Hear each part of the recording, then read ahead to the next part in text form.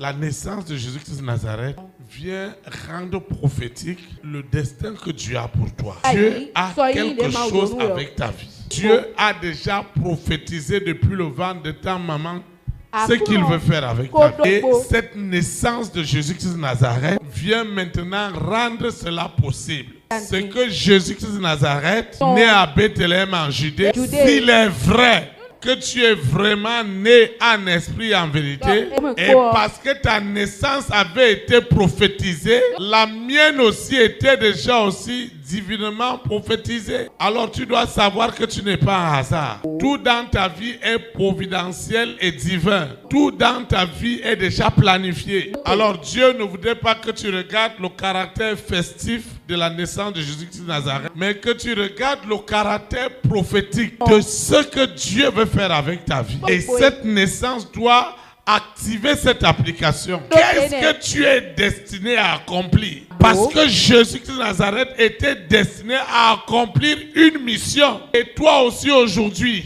cette naissance doit mettre réellement cette application en toi. Afin que la mission que Dieu t'a donnée, alors que tu étais une boule informe, elle doit s'accomplir. La deuxième chose, c'est que le mystère de cette naissance de Jésus-Christ de Nazareth vient libérer l'humanité tout entière de l'esclavage de Lucifer et ses agents. C'est ça la naissance de Jésus-Christ de Nazareth. Le monde entier est sous l'esclavage de la bête. Le monde entier est sous l'esclavage du serpent. Et on va dire aux esclaves de venir fêter. Les esclaves vont fêter quoi? Ils vont fêter problème, ils vont fêter chômage, ils vont fêter la maladie, ils vont fêter les blocages, ils vont fêter le célibat, ils vont fêter la limitation. Non, ce mystère est venu libérer l'humanité tout entière, toute la création qui était sous l'esclavage, sous le joug du péché. C'est-à-dire que Lucifer a installé l'application du péché. C'est pourquoi pendant cette période, les gens vont boire, ils vont manger. Il faut voir les urgences des hôpitaux. Ils sont tellement bu que